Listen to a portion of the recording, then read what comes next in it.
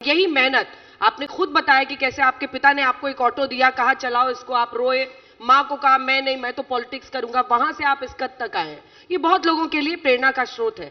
आपने एक पूरे पॉलिटिकल लेगेसी को, एक खानदान को चैलेंज किया, अपनी जगह बनाई।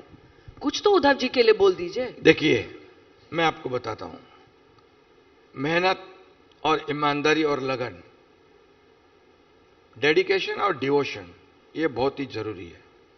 और पॉलिटिक्स में कमिटमेंट बहुत ही इंपॉर्टेंट है। वो मैंने करी। मैं एक बार किसी को कमिट करता हूं तो फिर मैं वो पूरा करता हूं। जो मैं बोलता हूं वही करता हूं, और जो नहीं बोलता वो भी करता हूं मैं। जैसे आमतौर पर और मैं करता, देखता, बहकता, वो पढ़ता हूं, देखता हूं, फिर साइन करता हूं, ऐसा मैं करता नहीं। मतलब अंबरनाथ मैंने जो नहीं बोला वो होगा। मैंने हमेशा कहा है कि मैं कोई रीजन नहीं देता हूं। मेरी आदत है no reason on the spot decision. Dev फटाफट काम करो, होगा तो काम करो। मैंने मुख्यमंत्री सहायता निधि में से 450 करोड़ रुपए दिए, जो पहले वाले मुख्यमंत्री जी ने 3 या 4 करोड़ दिए। क्या ये पैसे पब्लिक के हैं? एक मेरे साइन से अगर एक किसी की जान बचती है तो क्यों नहीं हमें करना चाहिए? क्यों नहीं करना चाहिए? तो ये लाड़की बहन योजना साल में महिलाओं का कम क्यों किया संख्या आपने? ये आरोप है, आप बताइएगा। देखिए कि 5 लाख घटे या 8 लाख घटे या 10 लाख महिलाएं घटी, क्यों घटी? कि आपने सबसे बड़ी यही योजना सर विधानसभा में की थी, और जीत की भी एक बड़ी 2100 रुपए का भी इंतजार हो रहा है। मैंने भी गरीबी देखी है। मैंने भी, मेरी माँ कैसे घर चलाती थी, मेरी पत्नी कैसे घर चलाती थी, मैंने देखा। मुझे तभी से लगता था कुछ ना कुछ करना चाहिए।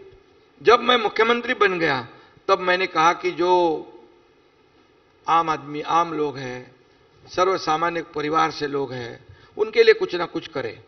तो पहले फिर उसी में से लड़की बहन का जन्म हुआ। लड़की बहन जो स्कीम है वो शुरू हुई, और तभी भी अभी जो बोल रहे हैं वो लोगों ने विरोध किया, कोर्ट में गए, बोले क्या 1500 रुपये में क्या ये महिलाओं को क्या खरीद लेंगे, या महिलाओं को क्या भीख दे रहे, ऐसी बातें करी। और ये योजना उनको लगी नहीं कि शुरू हो जाएगी, ये योजना बंद होनी चाहिए। इसके लिए बहुत कोशिश उन्होंने की। क्या उनको मैं एक बताऊंगा कि आज मैं बताऊंगा, आप ये जो प्रोग्राम करते हैं वैसा ये महिलाओं का सक्सेस स्टोरी वाला बताओ। कितनी महिलाओं ने आती है, बोले मैंने मेरा ऑपरेशन कराया, मेरे बच्चों का ऑपरेशन किया, मैंने बच्चों की फीस भरी, मैंने मेरे परिवार के लिए खर्च किए। कुछ लोगों ने 10 महिला, 20 महिला, 50 महिला इकट्ठा होकर छोटा छोटा व्यवसाय शुरू किया, उसको वो छोटे को बड़ा कर दिया। ये अर्थव्यवस्था में पैसे आ रहे हैं। सबसे अर्थव्यवस्था में माहिर कौन है? हमारी लाडली बहना है। कैसे पैसे बचाना, फिर कैसे उसको यूटिलाइज करना, कैसे बढ़ाना। तो मैंने क्या गलत किया? सर 2100 रुपए कब हो गए? आपका वादा था, क्योंकि आप चीफ मिनिस्टर। मैं जो बोला है वो मैं सही समय पर करूंगा। चुनाव के पहले?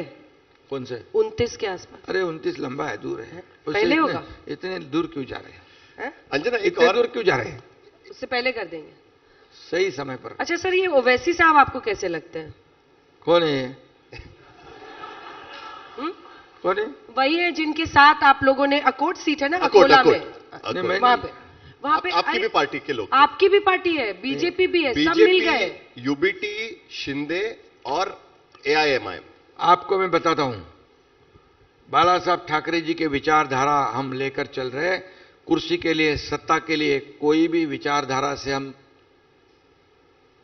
क्या कहते हैं, तड़जोड़ नहीं करेंगे, कॉम्प्रोमाइज नहीं करेंगे, बिल्कुल नहीं करेंगे। एक गणित पे आपसे पूछना चाहता हूं, क्योंकि हमने अलायंस का टॉपिक निकाला था इसके लिए, क्योंकि मैं पिछले 20 साल से महाराष्ट्र की राजनीति कवर कर रहा हूं, और आज की स्थिति में मुझे भी याद नहीं है कि कौन किसके साथ अलायंस में है। देखिए, मुंबई, ठाणे और कल्याण में एकनाथ शिंदे और भारतीय जनता पार्टी साथ में है। अजित पवार अकेले लड़ रहे हैं बीजेपी के खिलाफ। और नासिक में एकनाथ शिंदे और अजित पवार साथ में और बीजेपी के खिलाफ लड़ रहे हैं। तो सर थोड़ा सा, तभी तो हमने कहा ये क्या चल रहा है? ये कुछ नहीं, बराबर चल रहा है। कहाँ बराबर है? क्या चल रहा है? अरे इसमें क्या है?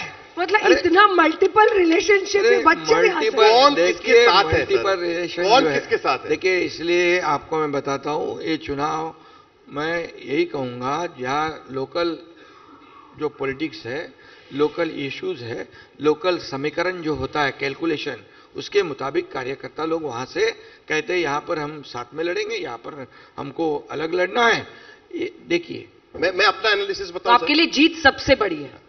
देखिए, हम शिवसेना विचारधारा से परे जाकर जीत और सत्ता नहीं पाएंगे। मैं बिल्कुल, हमारा वो ख्वाब नहीं है, वो मकसद नहीं है।